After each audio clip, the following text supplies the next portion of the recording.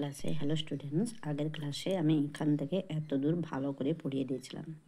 আজকে আমি এইখান থেকে এত দূর ভালো করে পড়িয়ে দেব। Lesson 9 not safe, Philip Larkin. জানো তো, আমার ছেলে ক্লাস 9-এ পড়ে, সেহেতু আমি ক্লাস 9-এর চ্যাপ্টারটা খুব ভালো করে ধরছি। বাচ্চাকে পড়াতে হয় তো তাই। And by the wind was all, কী হবে? পজেসড মানে কি? আর এন্ট মানে আর, বাই দ্য ওয়াইন্ড মানে কি?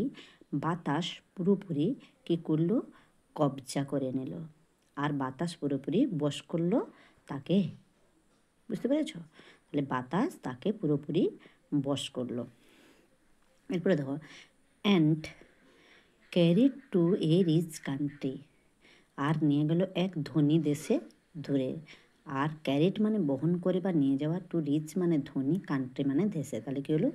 আর নিয়ে গেল এক ধনী দেশে দূরে। বুঝতে পেরেছ? তাহলে কি হলো?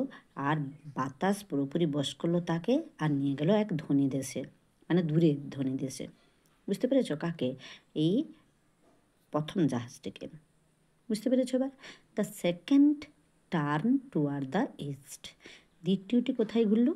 টুয়ার্থ মানে দিকে, ইস্ট মানে পূর্ব। ইস্ট মানে কি? পূর্ব। আমি মানেগুলো লিখে দিলে তোমাদের সুবিধা হবে, ঠিক আছে? তাহলে সেকেন্ড মানে দ্বিতীয়, টার্ন মানে কি? টার্ন মানে ঘুরলো, টুয়ার্থ মানে দিকে, দ্য ইস্ট পূর্ব দিকে ঘুরলো। প্রত্যেকটা মানে কিন্তু আমি বলে দিচ্ছি, তোমরা কিন্তু জেনে নিও। ওভার দ্য সি, সাগরের ওপর। দ্য কি? দ্য কোয়াকিং সি, আন্দোলিত সমুদ্র। তাহলে মানেটা কি হলো? সাগরের ওপর আন্দোলিত সাগরের জলে, সাগরের ওপর আন্দোলিত সাগরের জলে। তাহলে আন্দোলিত সাগরটা ছিল। এবারে দেখো, and the wind hunted it like a beast, পশুর মতন শিকার করলো, বাতাস তাকে পশুর মতন শিকার করলো। তাহলে অ্যান্ট মানে আর এখানে, ঠিক আছে? দ্য ওয়াইন্ড মানে বাতাস, হান্টেড মানে শিকার করলো, লাইক মানে মতো, এ বিস্ট মানে পশু।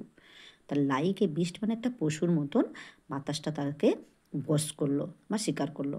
টু এনচোর ইন ক্যাপটিভিটি মানে কি এটা? না, নগর ফেলে তাকে বন্দি করবে বলে, নগর ফেলে তাকে বন্দি করবে বলে, মানে নগরটাকে ফেলে দিবে ভেবেছিল, দিয়ে বন্দি করবে। ঠিক আছে? এটাই বুঝতে পেরেছ? আমি কিছু তোমাদের আজকে এই পজেসটা আছে না, ওটা কবজা করা, ওটা হবে কি? কন্ট্রোল। ওর সিনোনিম হবে কন্ট্রোল। বুঝতে পেরেছ? এই জিনিসগুলো তোমরা কিন্তু জেনে রাখবে। যেমন কোয়াকিং মানে আন্দোলিত, টাম্বেলিং, এই যে জিনিসগুলো তোমরা কিন্তু সব সময় মনে রাখবে। তাহলে আমার এই চ্যাপ্টারের মধ্যে কি পড়া হলো? যে বাতাস পুরোপুরি তাকে বশ করে নিল, তারপরে কি করলো?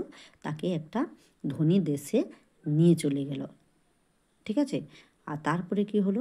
দ্বিতীয়টি কোন দিকে ঘুরলো? পূর্ব দিকে ঘুরলো।